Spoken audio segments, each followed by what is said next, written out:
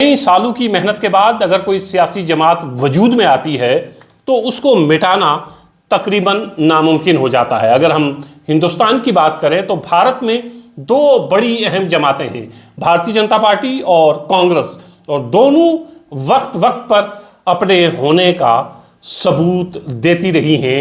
कांग्रेस सबसे पुरानी जमात, फिर उसके सामने भारतीय जनता पार्टी आती है, और भारतीय जनता पार्टी की तारीख चूंकि आरएसएस से मिलती है, यह माना जा सकता है कि कांग्रेस बहुत पुरानी जमात है, भारतीय जनता पार्टी इतनी पुरानी क्योंकि आरएसएस भारतीय जनता पार्टी के साथ रही है और यह जनता पार्टी आरएसएस की सियासी शाख है। दो अहम जमातें आमने सामने, लेकिन पिछले चंद सालों से हम लोग देख रहे थे कि कांग्रेस आहिस्ता आहिस्ता कमजोर हो रही है। एक्सपर्ट्स ये कहते थे कि कहीं ऐसा तो नहीं कि कांग्रेस अपना तमाम काम कर चुकी और अब कांग्रेस के आखिरी दिन चल रहे हैं, लेकिन इस इलेक्शन 2024 ने फिर से साबित किया कि इतनी पुरानी जमात को इतनी आसानी से नजरअंदाज करना और मिटा देना आसान नहीं है। कांग्रेस के दिन फिर वापस आए हैं और राहुल गांधी की पार्लियामेंट में तकरीर से आपको लगा होगा कि कांग्रेस के अंदर कॉन्फिडेंस लेवल कहां पर पहुंचा है, और राहुल गांधी जिस कॉन्फिडेंस के साथ पार्लियामेंट में बोल रहे थे, लग रहा था कि पीछे 200-250 पार्लियामेंट बैठे हैं और ये उनकी आवाज है। जम्मू और कश्मीर की तरफ आते हैं। जम्मू कश्मीर में भी कांग्रेस को एक तरह से कमजोर समझा जाता है।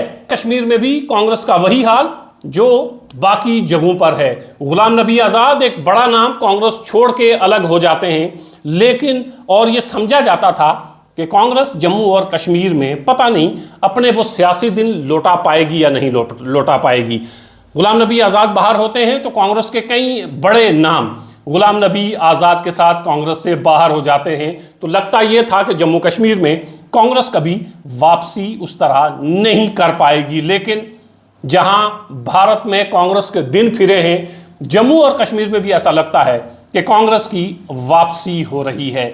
बहुत से लोग जो कांग्रेस छोड़कर बाहर गए थे अब वापसी का रास्ता तलाश कर रहे हैं। कांग्रेस के दिन भी फिरे हैं और वो लोग भी चाहते हैं कि अब गुलाम नबी आज़ाद की जमात में रहना मुश्किल इसलिए है कि जम्मू और कश्मीर में डेमोक्रेटिक प्रोग्रेसिव आज़ाद पार्टी के दिन कभी फिरेंगे इसकी उम्मीद बहुत कम है।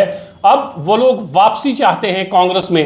तीन अहम बड़े नाम कांग्रेस ज्वाइन कर सकते हैं, ताज मोहिउद्दीन, गुलजार वानी, मजीद वानी, ये तीन अहम नाम। इनमें दो फॉर्मर कैबिनेट मिनिस्टर रह चुके हैं और ताकतवर कैबिनेट मिनिस्टर, एक एक्स एमएलए है।